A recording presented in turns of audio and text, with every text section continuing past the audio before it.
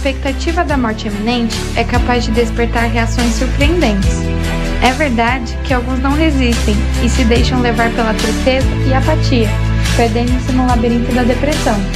Outros, porém, resistem e buscam novos caminhos, fazendo de cada dia uma nova aventura para ser vivida plenamente. E você, se soubesse agora que tem apenas um mês de vida, que mudanças faria? Você se deixaria levar pela apatia? Ou ousadamente reorganizaria sua vida com base nas verdadeiras prioridades?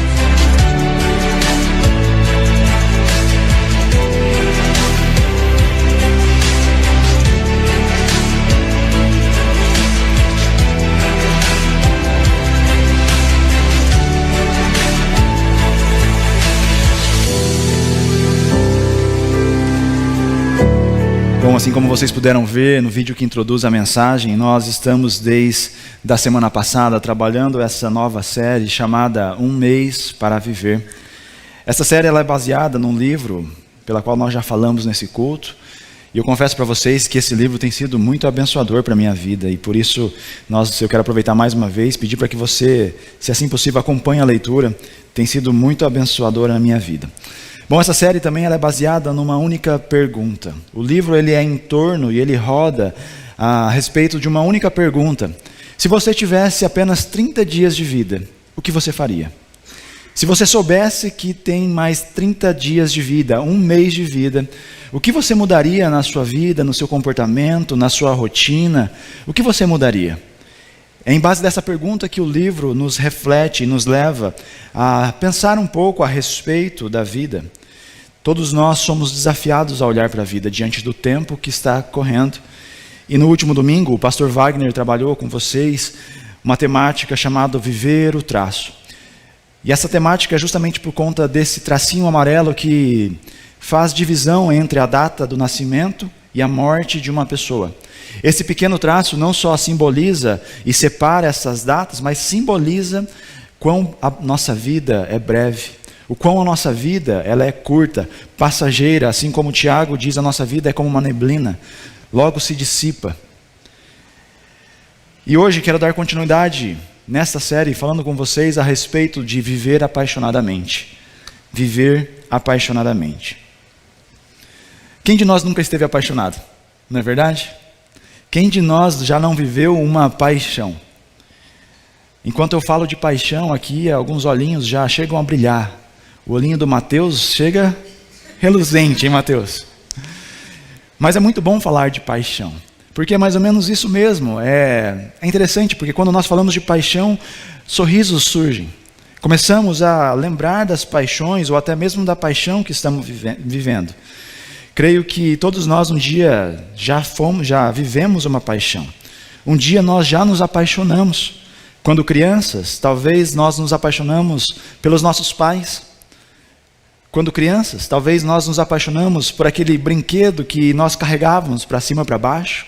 Os meninos talvez aí pelo videogame. Com toda certeza, quando criança nós já nos apaixonamos também por alguma coisa ou por alguém. À medida com que crescemos, nós nos apaixonamos por uma outra pessoa. E eu creio que assim como eu, pelo fato de você estar aqui também, um dia você se apaixonou por Deus. Quem de nós nunca orou assim? Deus nos resgata o primeiro amor, nos resgata a paixão que eu tinha pelo Senhor.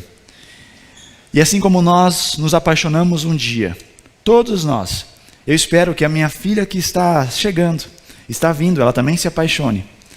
Ela também se apaixone por mim como pai. Ela olhe para mim e se apaixone. Olhe para a vida da minha esposa e também se apaixone por ela. Assim como nós nos apaixonamos por Deus, ela também se apaixone por Deus, pela sua palavra, por meditar na sua palavra. Mas eu espero também que ela demore muito, mas muito, para se apaixonar por um menino. Essa é a minha maior oração esses dias. Nem nasceu, né, gente? Mas temos que começar a interceder, assim diz o Senhor. A paixão talvez seja uma das emoções mais interessantes da vida humana. Até mesmo porque a paixão, no seu sentido literal, representa um sentimento de muita intensidade, de muita profundidade, marcada pela obsessão, pela compulsividade.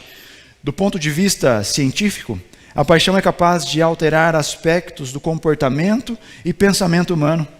fazendo com que as pessoas que vivam a paixão quase que se tenha uma demência. Afinal, a paixão, ela vem aos nossos corações, nossos sentimentos, e não permite com que às vezes a gente pense. A paixão tem esse poder, tem essa característica de nos fazer, talvez, nos tornar dementes. Uma pessoa apaixonada, na maioria das vezes, é guiada pela impulsividade, pelo desespero, pela inquietação, pela ansiedade, pelo forte anseio de desejar e de possuir aquilo que ela é apaixonada. Uma pessoa apaixonada se torna vítima dos seus próprios pensamentos invasivos. Uma pessoa apaixonada nem sequer consegue controlar os seus pensamentos. Quando ela para pensar, ela está pensando na paixão. Esta é a paixão. Mas apesar de tantas características quase que negativas acerca da paixão, ela é muito boa. Viver uma paixão é gostoso. A paixão, ela pode ser benéfica também. Podemos entender que a paixão pode levar-nos a nos mover. Quando nós estamos apaixonados, nós somos influenciados por uma forte motivação que nos impulsiona a viver de uma forma diferente, que nos impulsiona a viver de forma diferente da qual nós vivemos quando nós não estamos apaixonados à forma normal. Então, quando nós estamos apaixonados, eu posso entender que a nossa vida muda, a nossa intensidade muda, a perspectiva das coisas mudam, o nosso sentimento, as nossas emoções, tudo muda. Agora, diante da vida que Deus oportuniza para você, diante de cada segundo, de cada momento, você tem vivido apaixonadamente? Será que diante desse presente, dessa dádiva que o Senhor te dá, você tem sido uma pessoa apaixonada pela vida? Quando as pessoas olham para você e falam, nossa, como você é uma pessoa que é apaixonada em viver? Será que é isso que as pessoas falam a nosso respeito? Snoopy e Charlie Brown.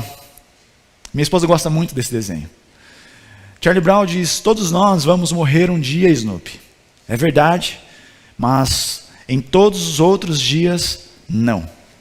Qual desses dois personagens representa mais você? Qual é a perspectiva que você tem olhado para a vida?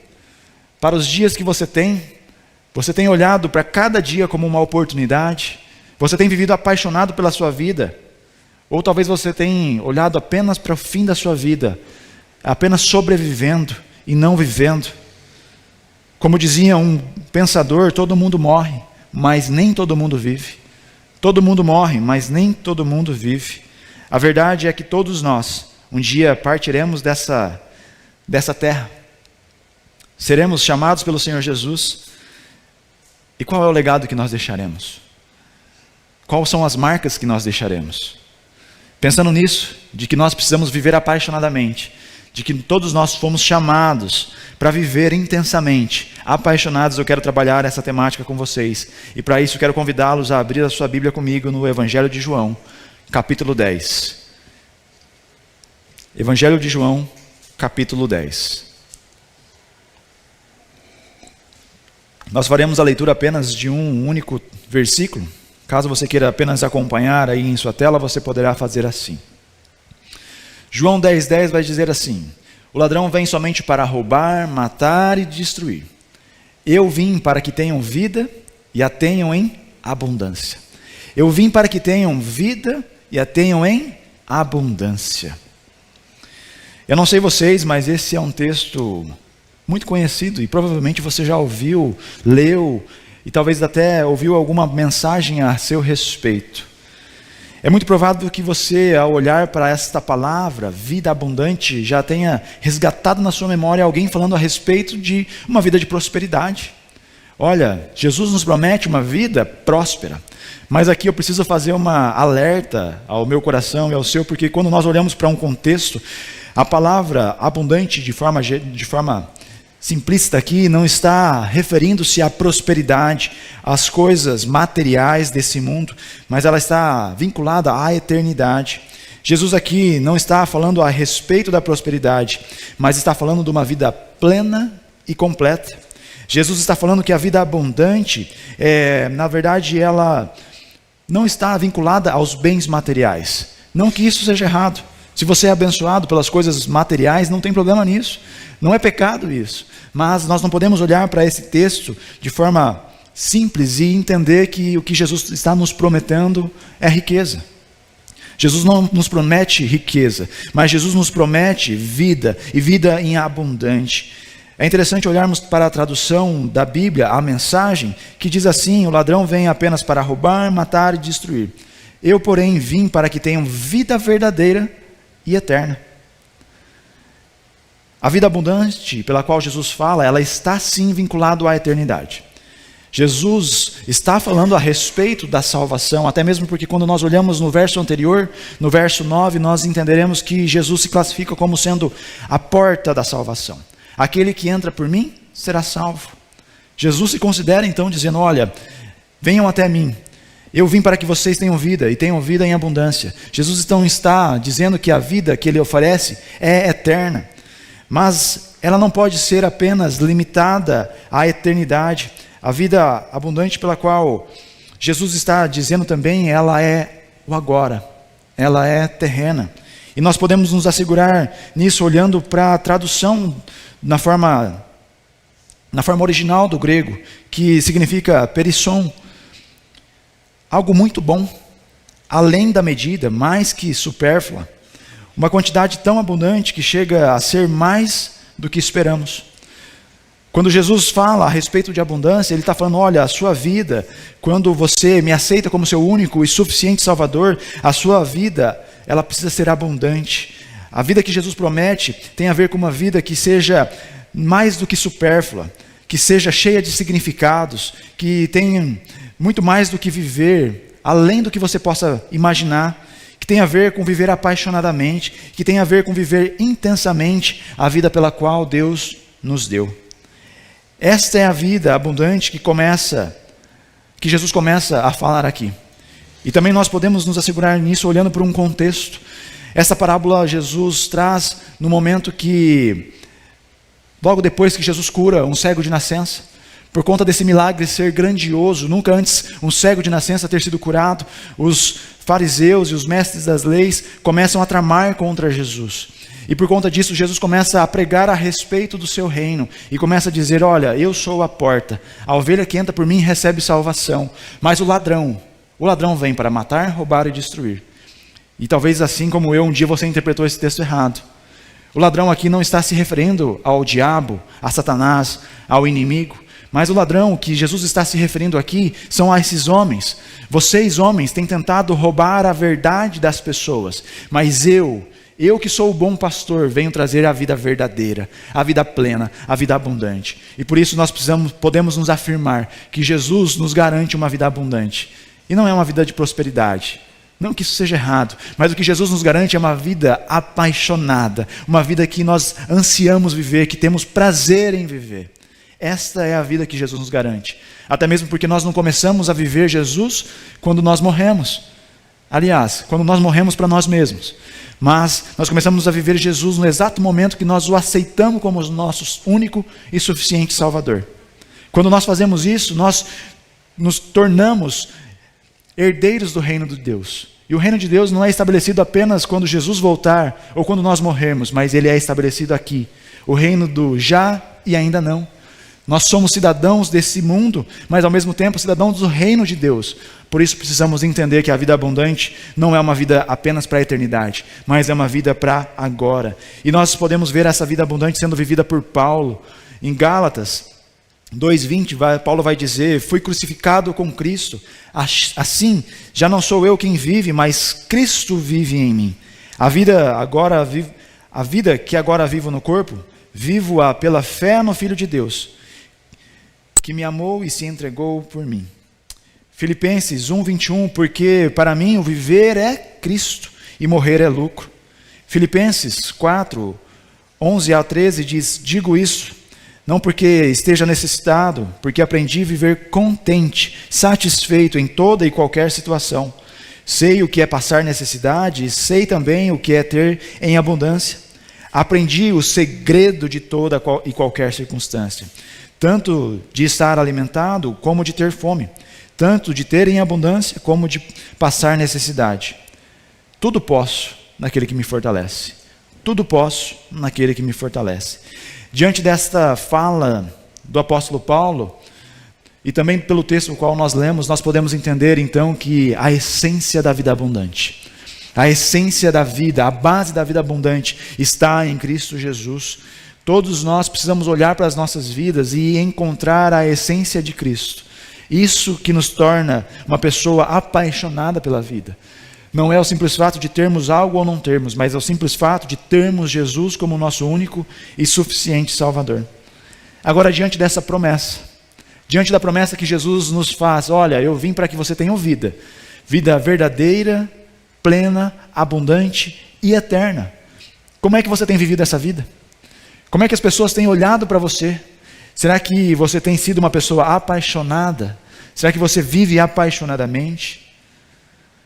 Diante de tudo isso que eu disse, eu quero convidá-los a mergulhar nessa temática, a pensar comigo a respeito do viver apaixonadamente.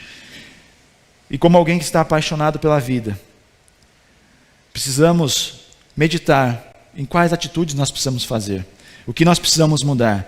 E a primeira coisa que eu quero trabalhar com vocês é que uma pessoa que vive apaixonadamente vence a zona de segurança. Uma pessoa que vive apaixonadamente vence a zona de segurança. Assim como nós já vimos na introdução que eu acabei de dizer, a vida abundante começa aqui. Aqui e agora, Deus não nos criou para ficarmos inertes, parados em uma zona de segurança e simplesmente sentado à margem de tudo, olhando a nossa vida passar. Mas Deus nos criou para vivermos pela fé. Deus nos criou para entrarmos em ação, entrarmos em movimento. Deus nos criou para sermos o ator principal das nossas vidas. E não tem como fazer isso, não tem como viver essa fé, essa motivação, entrar em ação se nós não nos arriscarmos, se nós não sairmos dessa zona de segurança, se nós não sairmos da zona de conforto como muitos de nós conhecemos. É interessante porque quando nós olhamos para a zona de segurança e olhamos para a palavra do Senhor, nós podemos ter vários exemplos. O autor do livro trouxe o exemplo de Davi, e eu quero também aqui compartilhar esse exemplo. Davi, ainda quando era menino, ainda era jovem, ele chega diante do gigante Golias, e ali o povo filisteu, o exército filisteu, estavam todos amedrontados por conta daquele gigante. Mas Davi, mesmo sendo um jovem, mesmo sendo pequenino, ele não se acovarda. Diante daqueles soldados preparados, diante daqueles soldados altamente treinados, Davi foi o único a ter coragem de enfrentar aquele gigante. Davi foi o único a sair da sua zona de segurança. Enquanto todos aqueles homens estavam apenas vivendo a razão, Davi estava vivendo pela fé. Enquanto todos aqueles homens estavam olhando para Golias pela ótica e perspectiva dos olhares humanos, Davi estava olhando para aquele gigante pela perspectiva da fé. E quando nós olhamos para isso, nós podemos entender que Davi sai da sua zona de segurança. Davi poderia muito bem apenas ter levado o seu alimento para os seus irmãos, voltado para a sua casa, continuado a sua atividade. Mas se Davi tivesse feito isso, fugido da briga, nós talvez não estaríamos falando de Davi. Talvez nós estaríamos falando de qualquer outro homem, mas não de Davi. Mas porque eu creio sim que Davi teve ousadia, teve coragem de agir, de sair da sua zona de segurança, nós estamos compartilhando da sua fé. Compartilhando aquilo que ele vivenciou. Quando agimos na razão, corremos o risco de não conseguir enxergar os obstáculos como eles realmente são. Porque os obstáculos, diante do Senhor, eles já estão derrotados. Quando nós olhamos para os nossos obstáculos com os nossos olhares carnais, nós não conseguimos enxergar o quão pequeno é aquele gigante. Por isso nós somos desafiados a sair da zona de segurança, a sair da nossa razão e olharmos pela perspectiva da fé. E só quem é uma pessoa apaixonada pela vida, por Jesus Cristo, tem essa perspectiva de que a fé caminha lado a lado com o risco. A fé caminha lado a lado com o risco. Outro personagem que eu me recordo é de Pedro. Certa vez em um barquinho, eles estavam sendo assolados por uma forte tempestade, e os discípulos ali estavam todos amedrontados. Certa vez, ali Jesus chega caminhando até aqueles homens pela água, caminhando diante ao mar, E Pedro, ao reconhecer que é Jesus, ele faz um pedido ousado: ei, mestre, deixa eu ir até o Senhor, mas andando sobre as águas. Eu fico imaginando aquela cena, Pedro indo até Jesus, mas em certo momento, Pedro desfoca de Jesus e começa a olhar talvez para a cara de espanto dos discípulos. E ali ele começa a afundar. Eu posso imaginar essa cena. Mas há algo interessante nessa história. Pedro foi o único a voltar molhado do mar para casa. Pedro foi o único que teve a experiência de andar sobre o mar. O único homem que eu conheci que teve a esperança de andar sobre o mar. Mesmo molhado. Quando nós nos arriscamos, nós temos o privilégio de experimentarmos coisas incríveis com o Senhor. Por isso nós precisamos nos arriscar mais, sairmos da nossa zona de segurança, porque o Senhor pode estar em alto mar, em tempestade. Nós precisamos ir ao seu encontro, precisamos nos arriscar, precisamos ter experiências com Jesus Cristo. Há uma outra personagem, a mulher do fluxo de sangue, que há 12 anos estava sofrendo por conta de uma hemorragia. Aquela mulher poderia ter ficado na sua zona de segurança. Os médicos já haviam decretado: olha, não tem mais jeito, o seu fim é a morte. Mas aquela mulher não se vitimiza. Ela começa a pensar consigo mesma: olha, existe um tal de Jesus, se eu tão somente tocar no veste daquele homem eu serei curada. E ela sai da sua casa, sai da sua zona de segurança, vai até o encontro de Jesus, toca nas vestes de Jesus e recebe a cura. Não só recebe a cura, mas recebe a salvação. Aquela mulher, ela não mediu as consequências. Segundo a lei, ela poderia morrer apedrejada ao ser encontrada no meio do povo. Imagina só em ter encostado na multidão. Aquela mulher não mediu as consequências. Sabe de uma coisa? Diante do mundo que diz: não seja ridículo, seja razoável, não se destaque, fique na sua, não corra risco, seja seguro, esteja em segurança, não saia da sua zona de conforto. Deus nos chama para agir mediante a fé. Deus nos chama para nos arriscarmos mais. Diante da vida que se esvai, diante da vida que está correndo, do relógio que não para, eu e você precisamos nos arriscar mais. Com toda certeza, nós precisamos olhar para esses personagens bíblicos e entender que a fé e o risco caminham lado a lado. Porque se diante dos riscos não precisasse da fé, não seria um risco. E se nós não usássemos a fé diante dos riscos, nós não teríamos a experiência de compartilhar aquilo que Deus tem feito. Por isso, lembre-se, para que você viva uma vida abundante, é necessário nos arriscarmos mais, sairmos dessa zona de segurança. Até mesmo porque as maiores experiências que eu e você temos são aquelas que nós nos arriscamos um dia. Disse hoje pela manhã: como é que seria a minha vida se eu não tivesse tido coragem de ligar para a Bia? Peguei meu telefone fixo, liguei para ela, falei: Beatriz, todo mundo diz que a gente combina, vamos jantar?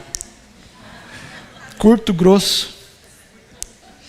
Mas depois dessa conversa deu tudo certo, graças a Deus. Como é que seria a minha vida? Como é que seria a vida da Beatriz? Como é que seria a sua vida se você não tivesse se arriscado no seu empreendedorismo, no seu trabalho, na sua família? Nós precisamos nos arriscar mais. A vida não é medida pelos números de vezes que respiramos, mas pelos momentos que nos tiram fôlego.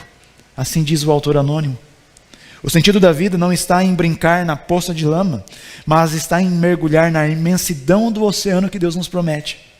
Esta é a vida abundante. Esta é a vida abundante. E a pergunta que eu tenho para você é: nesse momento, nesse exato momento, na sua vida, exige algo que precise da fé? Você tem vivido alguma coisa que você precisa estar aliado à fé? Talvez a sua resposta seja: não, pastor, não estou. E o meu puxão de orelha é: olha, você é crente em Jesus Cristo. Você precisa viver uma vida abundante. Não se aceite em uma vida medíocre, na média. Mas vá viver uma vida abundante que Deus nos promete, que Jesus Cristo nos promete. Por isso, saia da sua zona de segurança. Vença a sua zona de segurança. E em segundo lugar, uma pessoa que vive apaixonadamente valoriza o precioso tempo. Salomão, em toda a sua sabedoria, vai escrever em Eclesiastes 3: para tudo há uma ocasião, e um tempo para cada propósito debaixo do céu. E ele continua o texto dizendo: tempo de nascer e tempo de morrer, tempo de plantar e tempo de arrancar o que se plantou, tempo de matar e tempo de curar, tempo de derrubar e tempo de construir. E assim ele vai continuando. O que Salomão está dizendo aqui para mim e para você é, olha, para cada coisa, para cada situação das nossas vidas há o seu determinado tempo.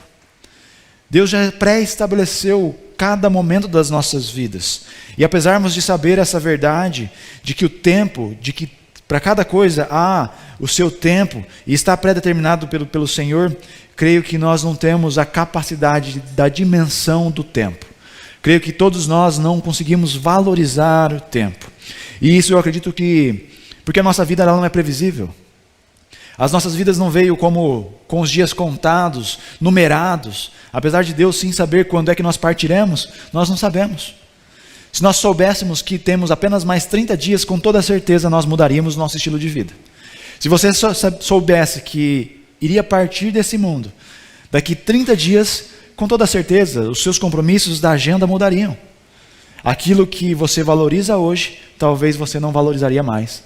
Aquilo que você desvaloriza hoje, você talvez valorizaria.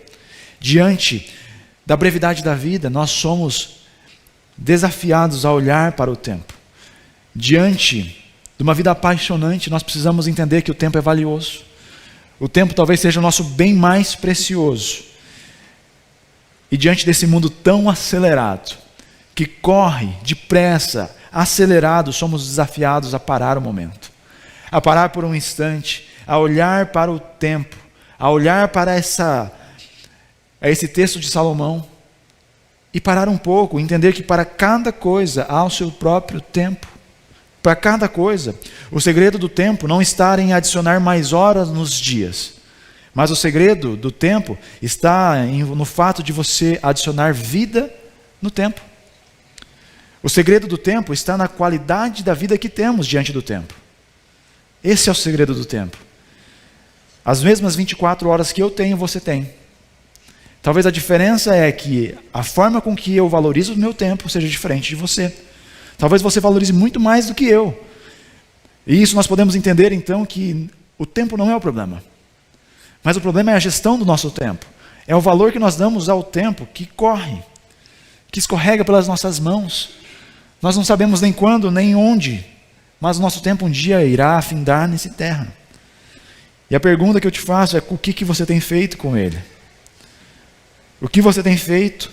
Uma pessoa que vive apaixonadamente tem consciência de que não se trata em adicionar anos na vida.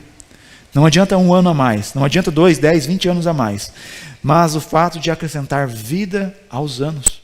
Acrescente vida na sua rotina, acrescente qualidade de vida.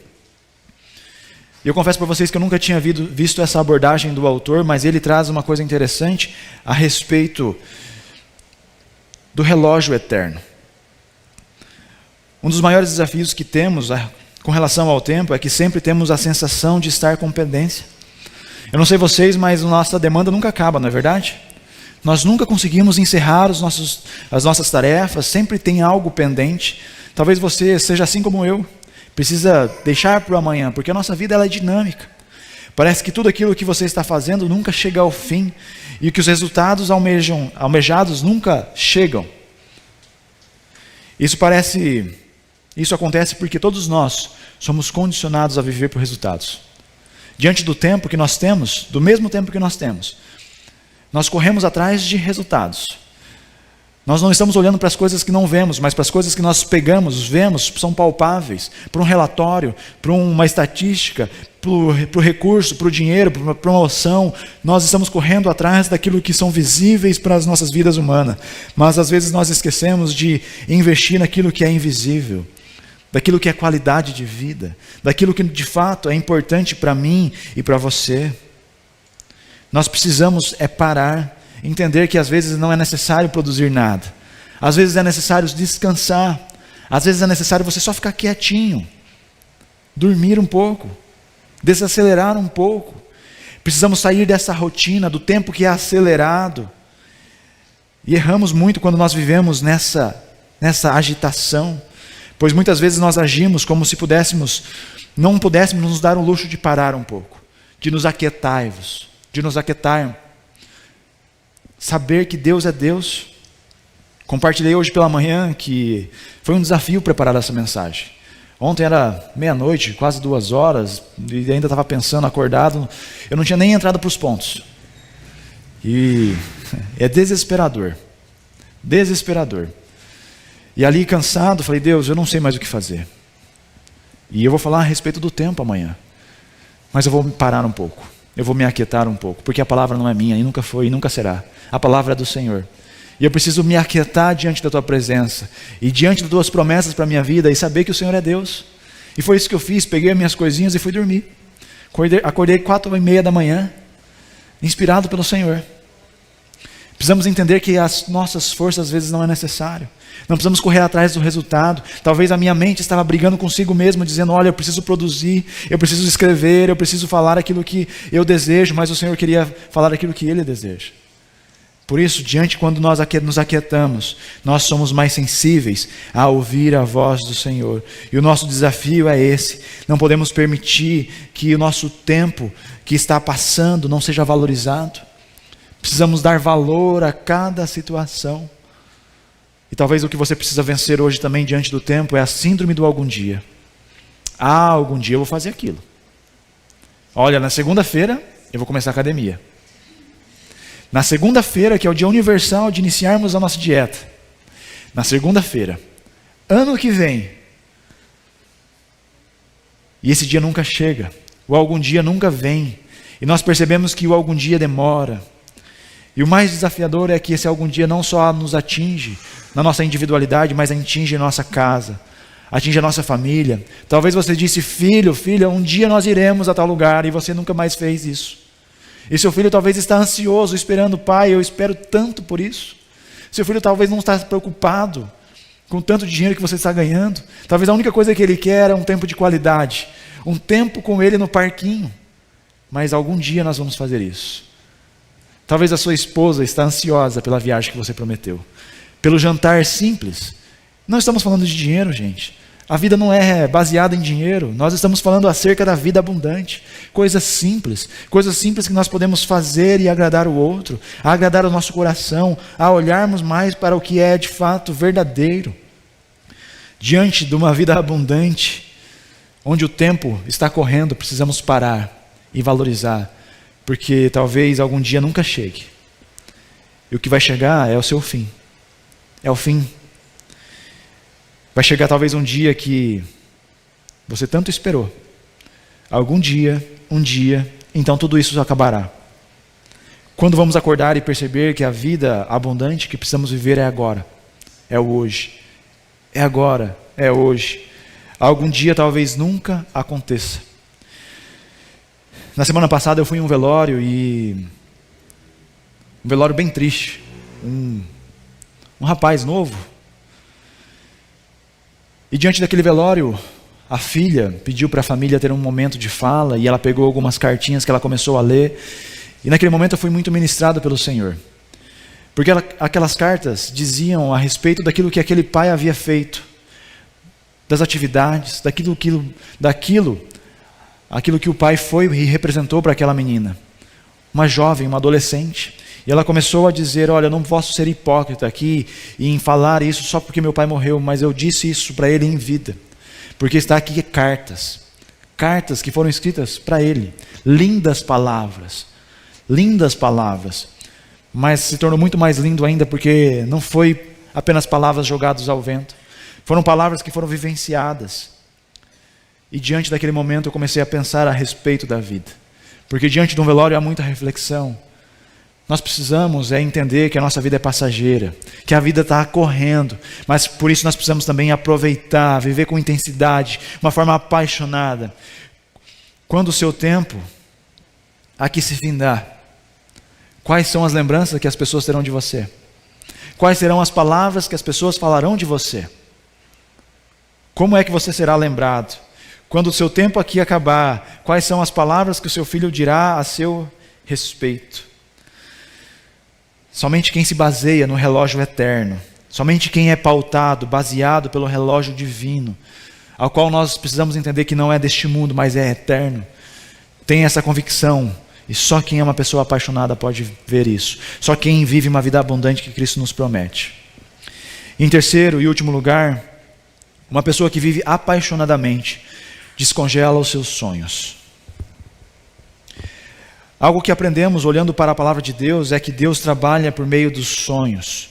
E quando eu me refiro aos sonhos, não falo apenas nos sonhos que acontecem quando nós estamos dormindo, mas falo da capacidade de visualizar algo, falo da capacidade de olharmos para aquilo que nós desejamos, que ainda não aconteceu.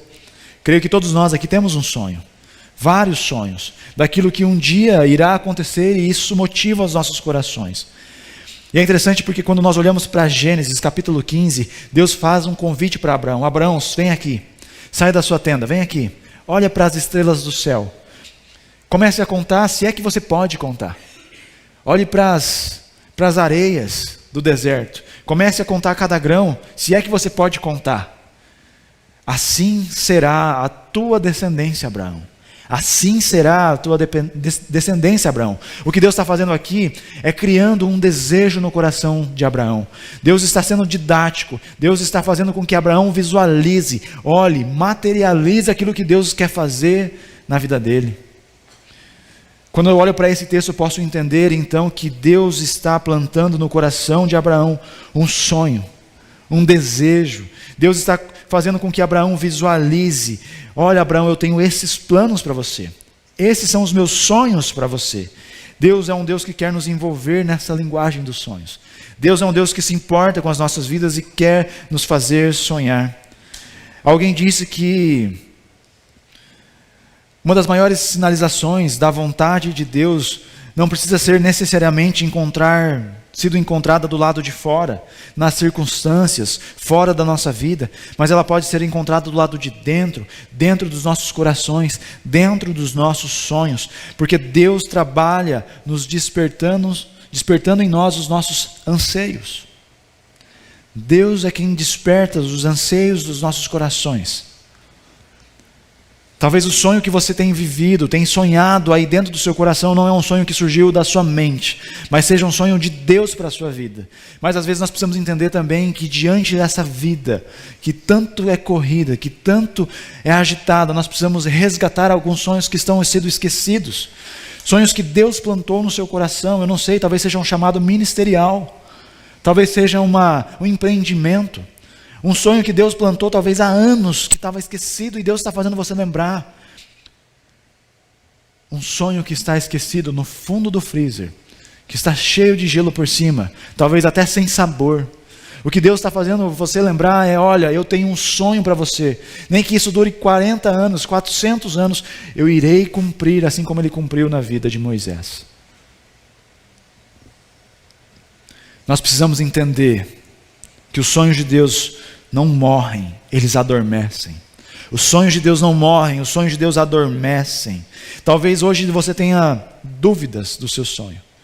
Dúvidas do seu sonho. Creio que Deus quer descongelar o seu coração. Deus quer tirar de você essa dúvida. Assim como eu disse, todas as vezes que eu preparo a mensagem, eu questiono: Deus, será que eu estou no lugar certo? Deus, é tão desafiador, eu não sei escrever, eu não sei falar. Deus, será que eu estou no lugar certo?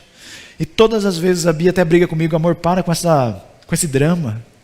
Para com esse drama. E de fato ela tem razão, porque eu preciso olhar para os sonhos de Deus. Não, esse sonho não é meu. Eu não consigo entender que alguém em sã consciência aceita o chamado de Deus assim: olha, beleza Deus, está aqui, estou aqui, vamos lá.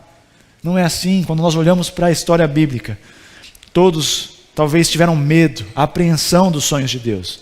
Mas o que Deus faz é nos fortalecer. O que Deus faz é nos resgatar dos nossos sonhos adormecidos. E talvez você tenha duvidado do sonho de Deus hoje. E eu estou aqui para lembrá-lo. Os sonhos de Deus não morrem, apenas adormecem.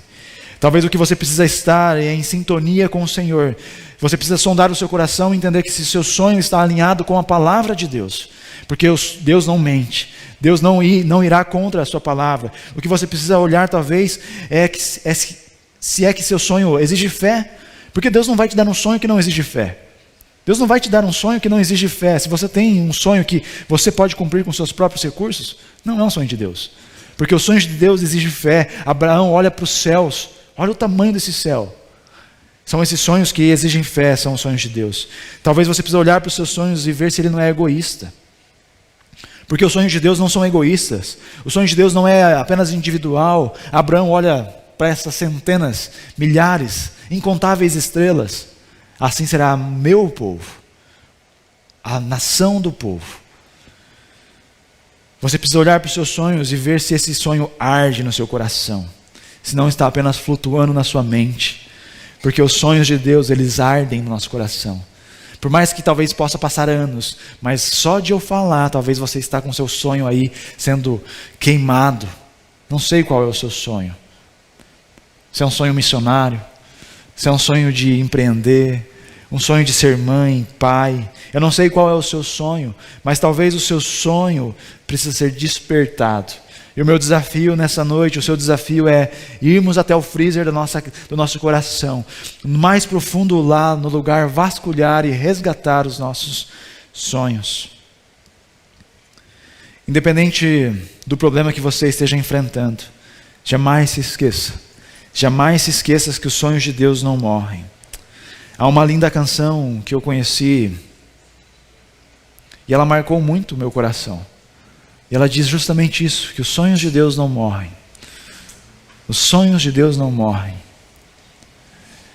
E diante dessa mensagem, a qual nós somos desafiados a viver uma vida abundante, a viver apaixonadamente pela vida, a vencer a nossa zona de segurança, a valorizar o nosso tempo, eu quero focar em um aspecto, nos sonhos de Deus para a sua vida. Porque eu creio sim que uma pessoa que vive em Cristo Jesus precisa sonhar, precisa almejar, desejar, porque a nação, o povo escolhido de Deus não é um povo medíocre, mas é um povo que olha, deseja, almeja. Isso é ter vida abundante. E eu não estou falando aqui de dinheiro, gente, mas de sonhos, sonhos que precisam ser resgatados. Por isso, diante disso, eu quero convidá-los a se colocar em pé, junto conosco, a cantarmos essa canção. Se você tem um sonho, resgate isso. Coloque a mão no seu coração, peça para Deus fazer isso. E logo depois nós iremos orar por eles.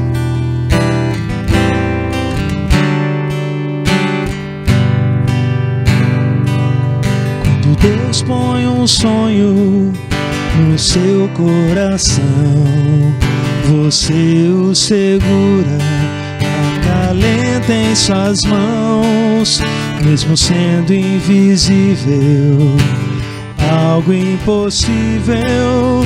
Foi Deus quem te fez sonhar. Quando Deus põe um sonho no seu coração, eu sei Ele mesmo te ajudará, pois dele é o querer e o realizar. Foi Deus quem te fez sonhar. Foi Deus quem te fez sonhar. Não deixes teu sonho morrer. Não deixes teu sonho acabar. Deus já planejou, Ele já preparou o caminho que tens pra trilhar. Não deixes teu sonho morrer. Não deixes teu sonho acabar. Só Deus tem a hora, amanhã ou agora, teu sonho se realizar. Teu sonho vai se realizar. Teu sonho vai se realizar. Deus, nós agradecemos ao Senhor. Agradecemos ao Senhor porque o Senhor nos promete, por meio de Jesus Cristo, uma vida abundante, uma vida que é vivida com intensidade, com motivação, uma vida que é vivida com paixão. E como é bom sabermos que o Senhor nos permite isso, viver viver, respirar. E apesar de não podermos saber quando o nosso dia irá acabar aqui, nós queremos viver com intensidade. Nós queremos viver com paixão, a ponto de que as pessoas olhem para as nossas vidas e reconheçam Jesus Cristo em nós. Porque nós reconhecemos que viver abundante, uma vida abundante está em Cristo Jesus. E que possa ser assim nas nossas vidas. Que o Senhor Pai possa nos ajudar a vencer a zona de segurança, sairmos de uma vida medíocre, de uma vida que não corre riscos, mas que possamos correr risco mediante a fé, mediante a Cristo Jesus, e termos experiências incríveis com o Senhor. Que possamos também aprender a valorizar cada segundo, cada momento, a termos tempo de qualidade, a termos intensidade na vida, a fazermos boa gestão do nosso tempo. Que o Senhor nos ajude assim, mas sobretudo, Deus, sobretudo diante de uma vida apaixonada, que o Senhor resgate aqui sonhos que talvez estejam adormecidos, sonhos que talvez que foram esquecidos pelos meus irmãos e irmãs que aqui estão nessa noite. Que o Senhor ajude cada um deles a resgatar esse sonho, a descongelar, a retirar do freezer, a retirar do mais profundo do coração, a viver os sonhos que o Senhor tem para cada um deles. Que o Senhor ajude-nos a viver os sonhos que o Senhor tem, porque nós sabemos, nós entendemos que assim como o Senhor fez com Abraão, assim como o Senhor fez com Moisés, com tantos outros homens, mulheres da Bíblia, o Senhor nos permite sonhar, e o Senhor é quem nos coloca em nós o coração, o anseio de viver um sonho, um desejo.